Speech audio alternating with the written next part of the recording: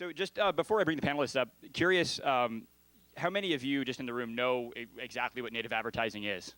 Raise your hand. Okay, cool. All right. So publishers and brands alike right now are struggling to figure out two different things. Publishers are figuring out how they can actually generate more revenue while the actual revenue that they've been generating from banner ads is being depreciated almost every day. And brands are trying to figure out how to engage their audiences in ways that the audience actually wants to be engaged, and a lot of that has to do with content. In fact, Forbes magazine actually just released that in 2010, they launched a program called Brand Voice. Brand Voice was the first ever native ad platform that allowed brands to actually create content for Forbes audience. And in 2012, they announced that for the first time in 5 years, as a direct result of that, that they were able to have the highest revenue year that they had had in 5 years after 4 years of downturn. So these things are actually working. And on the flip side, we actually had run a study that we just completed a couple of weeks ago that shows that audiences are flocking back to owned media sites. 95% of news media publisher sites have actually seen an increase in traffic, while also their revenue is shrinking. And so I think both sides are looking to native advertising to solve this problem as a very sincerely revenue-generating component of what they do. And I'm very excited to have two people join me on stage today. So this is Babs Rangaiah. I knew I was going to mess it up, right? From Unilever, from the brand side, representing the brand voice here. Babs is the VP of Digital Media Innovation at Unilever. And then I also have Nick Bell joining me on stage. Nick Bell is the SVP of Product at News Corp. So on the publisher side, working on how to figure out how to make more money for publishers. So, guys.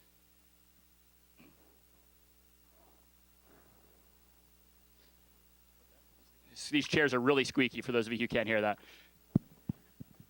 All right, so I'm going to start the panel off. We have about 20 minutes here. So I'm going to start the panel off. I'm curious to hear from each of you on what you define native ads as. We can all agree that there is no definite definition of native ads. So I'm curious for Unilever on the brand side, starting with you, Babs, how do you define native advertising? Okay, so I just think it's just advertising that's kind of contextually relevant and has the right kind of look and feel for the property that it runs on. More broadly, what I think about it, not so much native advertising for a specific site or property, but for the kind of for the digital space in general. Because I think, over time you've had typically what happens with new technologies is you'll have a translation of old media to new. So, when radio first came about, it was all news from newspapers, and then television was, it looked like radio ads, guys just statically standing there, talking like it. And right now we have banners and buttons and pre-rolls, which are essentially kind of, print ads out of home and television ads trying to get reproduced. So what we would like to eventually get to is kind of advertising that's native to a medium that allows for interactivity, for sharing, for data and analytics and all the things that we could be taking advantage of. But right now, we're still not in that position yet. So we need to reframe that so that at some point we do have kind of the powerful type of communication that can come through this medium. So are you guys doing anything in terms of actual media spending in that space already? Well, yeah, so if you think about in the digital space, some of the things that would be considered native would be Google, right? So AdWords are native.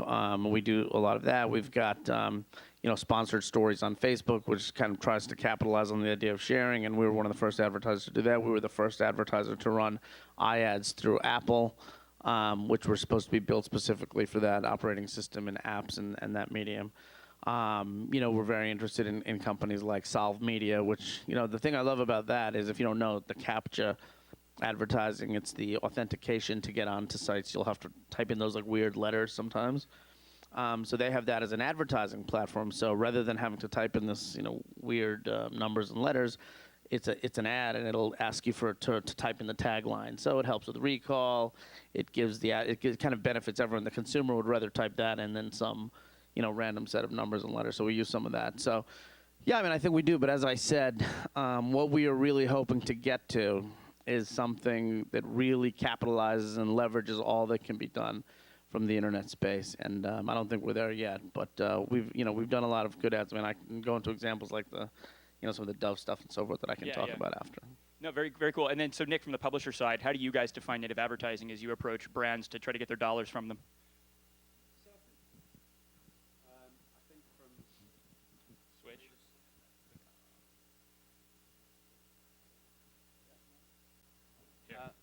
I think from our point of view, we look at native advertising as something which takes the form and function of a product, which drives engagement, which is non-interruptive to a consumer experience, but also which is clearly marked and denoted. So you mentioned there Google AdWords. So I think it's a good example. Sponsored tweets. Another good example, but they are clearly signposted, and I think that's one of the key elements. And the analogy I always use when we're talking internally about it is, you go to a movie theater, before you start the main movie, you have trailers, and those trailers are interesting content. You're engaged, you sit there and you watch them. I mean, people go to the theater and they get there early to watch the trailers. It's an integral part of the experience of going and watching a film, and I think that's a great example in the non-digital space of advertising, which is contextual, relevant. People understand that it's advertising. They don't think it's part of the main feature, but it actually adds to the experience. So it's like entertainment between entertainment kind of thing. Yeah. Okay, cool. Awesome. So second question, it has to do with the difference in native advertising on social networks versus native advertising. Is mine even on now? Versus native advertising, on sort of owned content, so like media companies, publishers, whatever. What do you guys view as the difference in how users interact, or what the value is of native advertising on places like Facebook versus places like the Wall Street Journal? I mean, for me, native advertising, again, thinking about it, how I define it is it doesn't really matter like the medium. I think the differences are obvious. I mean, they're certainly the sharing capacity and the ability to connect with popular cultures, on Twitter and things like that are different. But, we had a great campaign that we ran last year for Dove that we called the Ad Makeover. And so this is a kind of an example of how you would use it in social media that was really native to that and also really innovative in that. So Dove is all about, women's self-esteem and real beauty. And so we allowed them to create this app, or put this app that allowed them to basically replace existing kind of negative advertising about beauty with something they could type in their own, which gave them kind of a template of different things that you could do. So effectively, you might see an ad that has some really super skinny model on it, and we'd have the app right above it that said you can click on this and type in your own ad or put your own ad in that talks about real beauty and self-esteem, and that exploded on the web. It was totally native to social. It was contextually relevant to our message. So that's how some of the ways that would be different. But just broadly speaking, I don't think you can look at native advertising as being different for one versus the other. It's just the idea for that particular medium or that particular property that you create something that is contextually relevant and has a look and feel of the property itself. Any thoughts there, Nick? I think if we look at the last sort of 10, 12 years, and I know there was a speaker earlier on who was talking about this. If you look at the last sort of 12 years and you look at the engagement rates or the click-through rates, to be precise, around banner ads, 2000, they were sort of 9%. 2012, they're sort of 0.2%. You look at those engagement rates and you think, that's not a good place to spend money anymore if you're an advertiser, unless you're going for brand awareness. And, I think that there's very few people who would disagree with that. I think where we're really excited as a publisher, and, one of our biggest assets is the producers of the quality content, our journalists and our creatives. And I think if you look at those guys, the reason why we're so excited about native advertising is because we have hundreds of years of experience of creating engaging content. And it's not about putting a blink tag in there and making this banner flash and making it awfully intrusive to try and draw attention. It's about really driving engagement.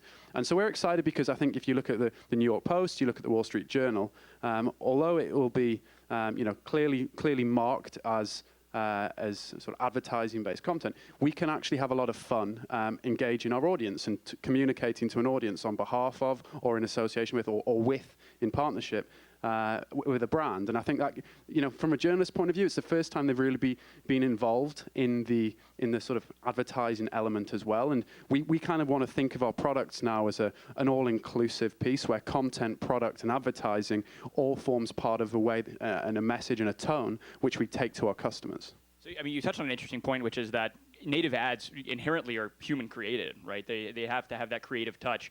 Do you foresee a future where it's possible to automate the creation of native content versus have to have it, sort of honed and crafted? I think if you look at the evolution of our products, even over the last sort of 24 months, there are certainly more algorithms involved in how we present content, how we target content, etc. So I'm sure a lot of those elements will creep in as it develops as a segment of the industry. But I think where we see the real value is driving engagement. And I don't think, despite the fact, sitting in the product and technology team at News Corp, I'd love to get rid of journalists because they're very difficult people to try and build products with. I don't think that's ever going to happen. And actually, we should leverage that brilliant skill set and that brilliant sort of creative juice to actually hone and craft brilliant ads. So why is native still so hard? I think scalability is something that people always talk about. It's really hard and time-consuming to produce native content. From a brand's perspective, why is that? Why are there not more native campaigns since they're so valuable for both sides? So I think there has to be a level of creativity and imagination to be able to create something different. Because again, like I said, most people just translate the old to the new before you have like a great mind or somebody or creative that thinks about it. There's a great story, which I've told in the past. When radio first started, it was kind of this big, ugly box, and all it did, and it was very expensive, and all it did was broadcast news all day because that's what people were used to. They got 3 newspapers a day. And there was a guy by the name of David Sarnoff, who was a middle-level manager at RCA, which was the biggest radio manufacturer of its time. And he had this big idea to broadcast a heavyweight fight on the radio.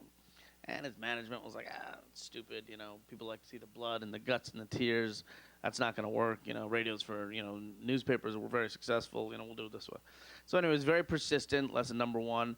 Number 2, they finally were like, okay, fine, if you can do it, go ahead and do it, but we're not going to fund it. Lesson number 2, very typical about, big companies and experimentation. So he hires one broadcaster, and they broadcast the fight on the radio.